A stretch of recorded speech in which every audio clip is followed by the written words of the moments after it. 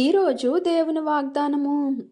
మీరు ఆశీర్వాదస్పదమగునట్లు నేను మిమ్మును రక్షింతును. భయపడక ధైర్యము తెచ్చుకొనుడి. జకర్య గ్రంథము 8వ అధ్యాయము 13వ వచనము.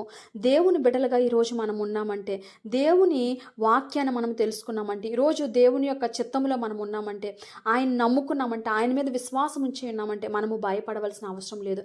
దేవుడు మనల్ని పిలుచుకున్న దేనికంటే మనము ఆయన ఆశీర్వాదాలకి వారసులుగా ఉండడానికి, ఆయన చిత్తానికి మనం ఎప్పుడైతే లోబడి జీవిస్తామో అప్పుడు ఆయన ఆశీర్వాదాలు కూడా మనం పొందుకునే వారిగా ఉంటాము.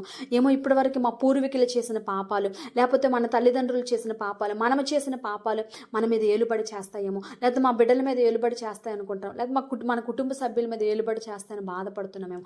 కానీ దేవాతి దేవుడు ఆయన మీద ఎప్పుడైతే మనం విశ్వాసం ఉంచున్నామో, ఆయన మాటకి ఎప్పుడైతే మనం లోబడి జీవిస్తామో అప్పుడే దేవుడు వాటన్నిటిని కూడా యేసు నామంలో కొట్టివేశాడండి. వాటి కొరకు మనం బాధపడవలసిన అవసరం లేదు, భయపడవలసిన అవసరం లేదు. కానీ ఇక నుండి దేవుని యందు విశ్వాసముతో ఇక నుండి మనం ఎలా జీవిస్తున్నాం అనేది అది చాలా ముఖ్యమైన విషయము.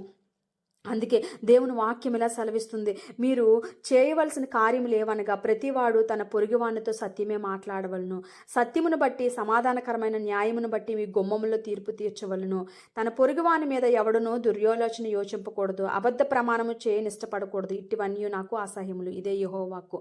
దేవుని చిత్తానికి లోబడి జీవించాలండి. దేవునికి వ్యతిరేకమైన మాటలు మన నోటి నుండి రాకుండా దేవుని యొక్క ఆజ్ఞలకు మనం అందరం లోబడి జీవించాలని, దేవుని ఆశీర్వాదాలకు మనం వారసులం అవ్వాలని దేవుడు ఈ కొద్ది మాటల్ని దీవించి ఆశీర్వదించును గాక. ఆమేన్, ఆమేన్, ఆమేన్.